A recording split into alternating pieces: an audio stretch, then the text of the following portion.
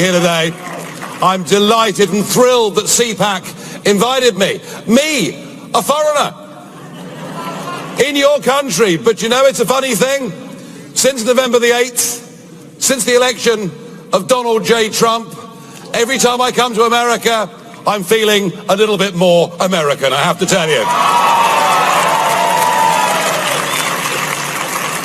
When, in years to come, the generations that follow us study the history of this period, there is one year that will stand out.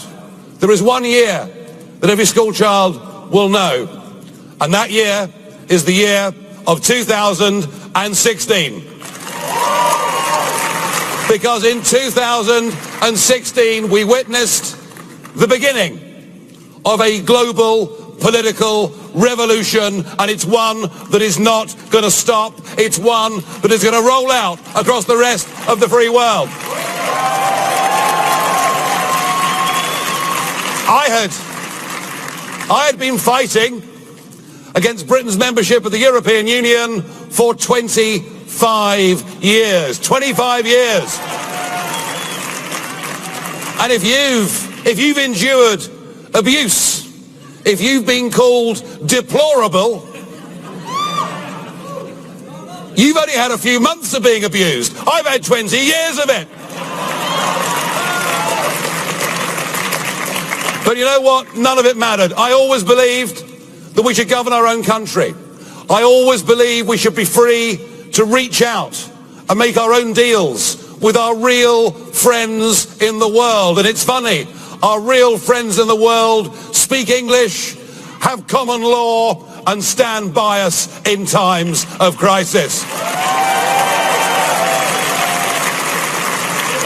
So I battled away for all those years.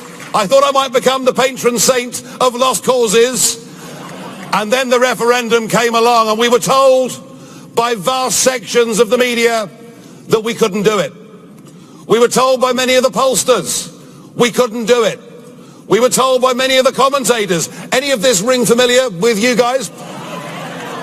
We were told by the commentators that we couldn't do it, and they lined up all the big businesses, all the big banks, all the big politics, not just from Britain, but from across the world. Do you know we even had a visit from the 44th President of the United States of America? I will, to my dying day, be grateful that President Obama came to my country, intervened in the referendum, and told the United Kingdom's people, told America's greatest friend and ally in the world, and told us that if we voted to get our independence, we would go to the back of the line. And the British people were so disgusted by Obama treating us like this that it put us up 2% in the polls.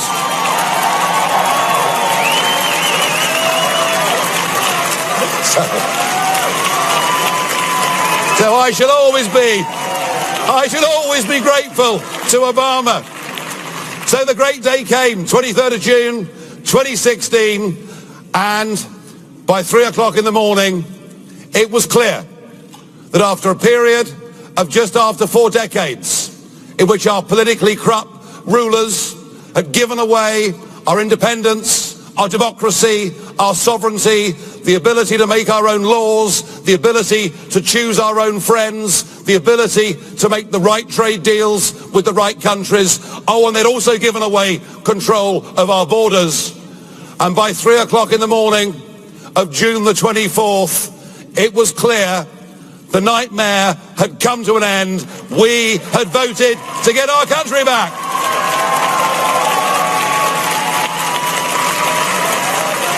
And I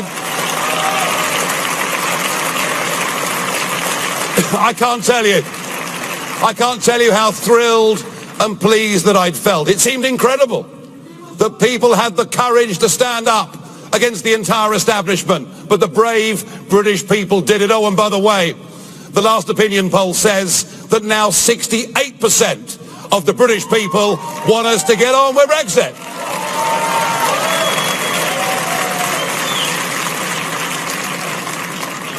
And then a funny thing happened.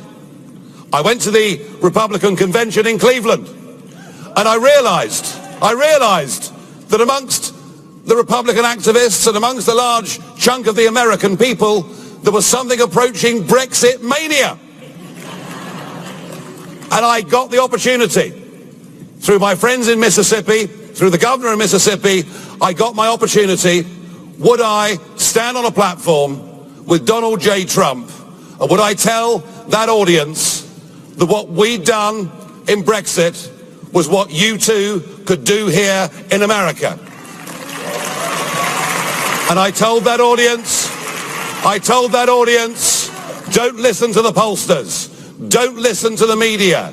Don't listen to the commentators. They're trying to break your will. They're trying to make you stay at home. Don't listen to any of them. And I said, we got our country back on June 23rd, and you can get yours back too on November the 8th. And you know what? I am pleased and proud that I did that in Mississippi, and that I came to America many times in that campaign to give Donald Trump support. I'm proud to have been part of that campaign. I really am. And what I'm seeing 36 days in to the Trump presidency, I'm seeing something quite remarkable. I'm seeing an elected leader who is trying to put in place the platform on which he was elected. How about that? Because we've had years, haven't we, of people making promises, getting into power, and not even attempting to put into place the things upon which they've been elected. And I believe that Trump, who is determined, and we saw him this morning, didn't we? And wasn't he just superb?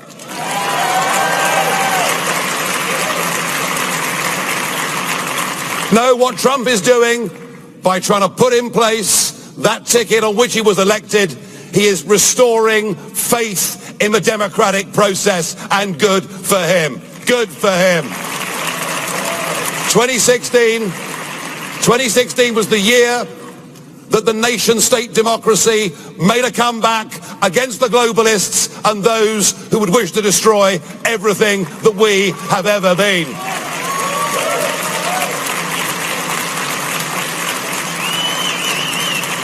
But of course, Trump, amazing personality that he is, could not have done it on his own. He had some good people behind him. He had people like Steve Bannon, Kellyanne Conway, and many others. But he also had every single one of you, and this event is your celebration. Well done to all of you. Now, great though the night of June 23rd was, great though the night of November the 8th was, my favourite part of 2016 wasn't so much the victories, no. My favourite part of that evening of November the 8th was watching the faces of the CNN presenters.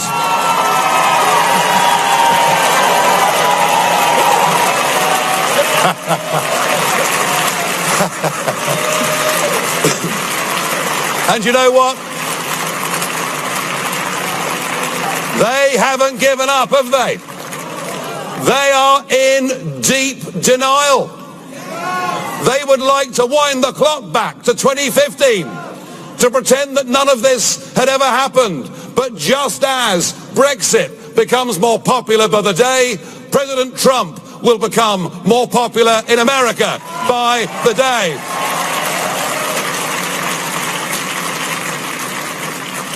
No, they won't give up. And some of their biggest cheerleaders, I'm thinking of Tony Blair in particular.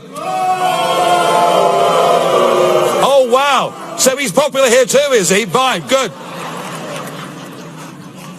I think of people like Tony Blair, who says that 2016 was just a blip. 2016 was an aberration. 2016 was just an outpouring of anger from very poorly educated, stupid, virtually unwashed people. That's what Blair thinks. But Tony Blair is wrong. He's wrong because what happened in 2016 is not the end of this great global revolution. What happened in 2016 is the beginning of a great global revolution.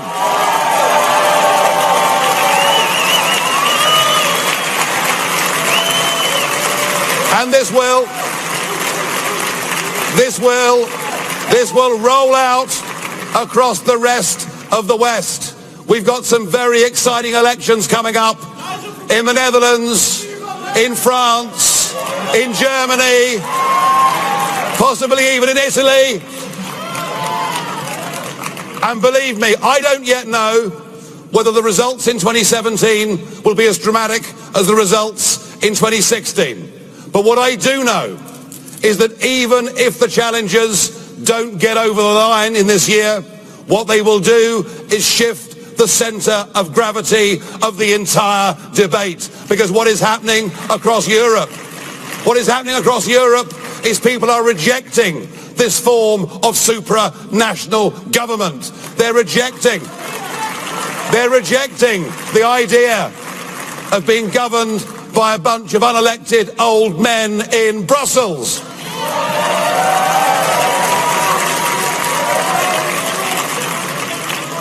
Although I'm very grateful to these unelected old men because I've had some real sport with them in the European Parliament over the last couple of years. And they're rejecting the absolute madness and idiocy of what Angela Merkel did 18 months ago when she opened up her doors. And we've got to be clear. We're not against anybody based on religion or ethnicity. We're not against anybody, but we're for ourselves. We're for our country. We're for our communities. We're for making our people safe and with less risk from global terror. That is what we're for. That is what we're for. And we're for our country. And we're for our people. And we are winning!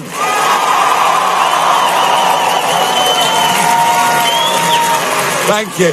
Thank you.